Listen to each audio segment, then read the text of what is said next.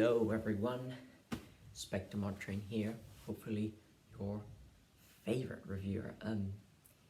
Today, after a long time since my last review, we're going to be reviewing Jikan by Betcover. This is the third album by art rock, art punk outfit Betcover. And this album kind of went viral. This is an album that feels apt for the coming autumn month. It is mostly like a gentle breeze in your face, the band almost tiptoeing around their pieces so as to not rustle too many leaves.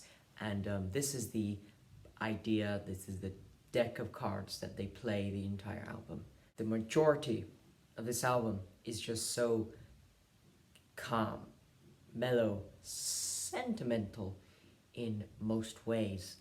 The band playing very affectionate, the vocals very affectionate, with none of the vocal performances too stunning, but they do the job very well, which is, I guess, the point. I mean, the songwriting on here isn't very captivating, is often not very captivating, and the songs themselves don't work too well individually, but the entire mood, the entire feeling of this album is really pleasant and a mood changer. And I enjoyed this more on a second listen, as you can hear the kind of cooing that this band tries to woos on the entire album. It does soak in very well into with a good pair of headphones. For example, I like the second song quite a lot. I mean, that songwriting part is a little bit of a lie. When you do pay attention to these songs, they become better. So I'm sorry for lying there. Second track is quite good. It's dreamy and it shows off songwriting potential that, you know, still isn't too present even with my backtracking there.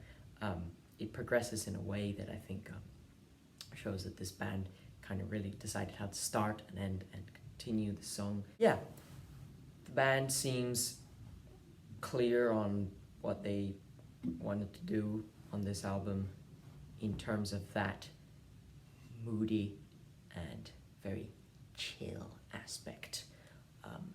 But that's not the end of the review. That's not everything they do, because they introduce arrangements and production that some would liken to noise rock, including rollicking guitar solos that feature some of the more ambitious parts of this album, the ones that make it like really much more interesting to pay attention to.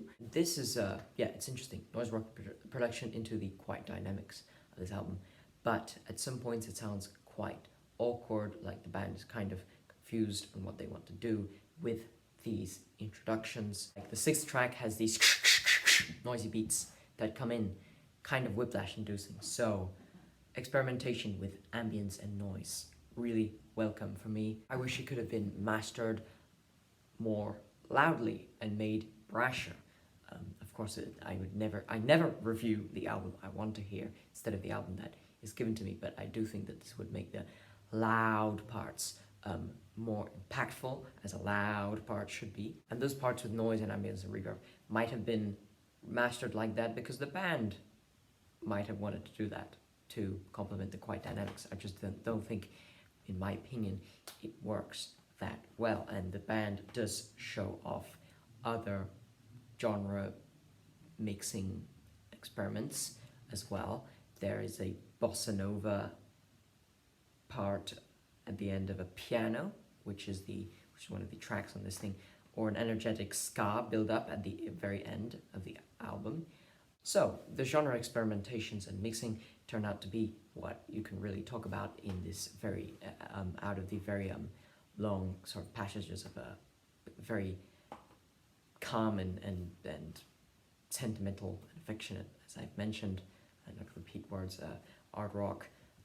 I just wish that it could have been done more smoothly, more often, to really show off what this band is capable of doing. Now, especially since I could hear a bit of reggae in this, I will bring up a band that I'm sure you're all familiar with. If you're not, catch up. This is another Japanese band, Fishman's. This band has a lot of Fishman's potential. if they are able to properly bring in these influences into the next album, which I'm excited to hear. I think that this is just the start of something. It doesn't sound like they really took a lot of ideas to their absolute limit. If they can continue developing these highs, they could really start making some veritable gold. I mean, I wish they could have better genre mixes, implementations. I wish they could implement them, but overall, a very pleasant and enjoyable listen, and a very pleasant and enjoyable experience. Feeling a very qualified 7 now. That's the end of this review. What should I review next?